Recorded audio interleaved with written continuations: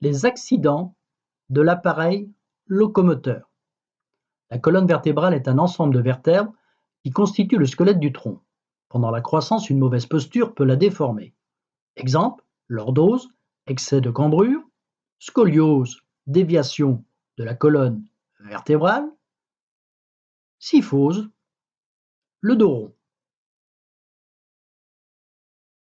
Les os peuvent se fracturer avec ou sans déplacement. Un cal osseux se forme au niveau de la fracture et ressoude les deux parties de l'os.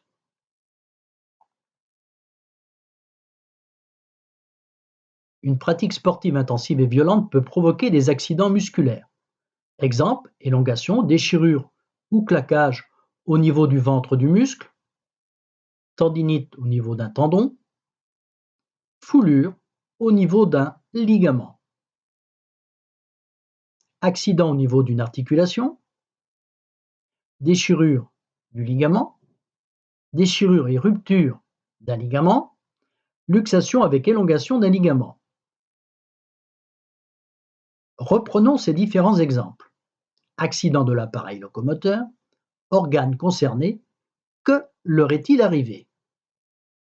Une fracture, les os, cassure d'un os avec ou sans déplacement. Une entorse, les ligaments, extension des ligaments avec ou sans déchirure. Une luxation, les os, déboîtement, déplacement d'un os de son articulation. Un claquage, les muscles, rupture à la suite d'un effort violent de quelques fibres d'un muscle non encore échauffé ou fatigué.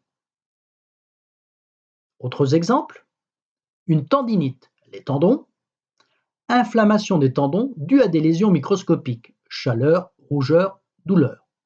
Inflammation, réponse de défense de la part des tissus de l'organisme suite à une blessure locale.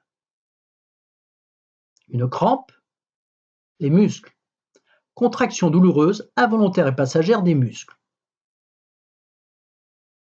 Arthrose, le cartilage articulaire, destruction du cartilage articulaire, les os frottent les uns contre les autres et les articulations sont alors bloquées. Lorsque tu vas pratiquer la danse, tu vas passer brutalement d'un état de repos à une activité. La transition doit être progressive. Durant le repos, le sang circule régulièrement dans l'organisme afin d'assurer le bon fonctionnement de tous les organes. Quand des muscles entrent en action, le débit sanguin et l'apport en dioxygène augmentent dans la partie active. L'échauffement est indispensable pour prévenir ton organisme que certains muscles nécessiteront un apport de dioxygène supplémentaire. L'étirement, lorsque tu cesses ton activité physique, ton organisme peut se retrouver en état de choc par rapport à une baisse trop rapide de la pression artérielle, pression qu'exerce le sang dans tes vaisseaux sanguins. Il faut préalablement diminuer le rythme de ton activité par l'utilisation d'étirements.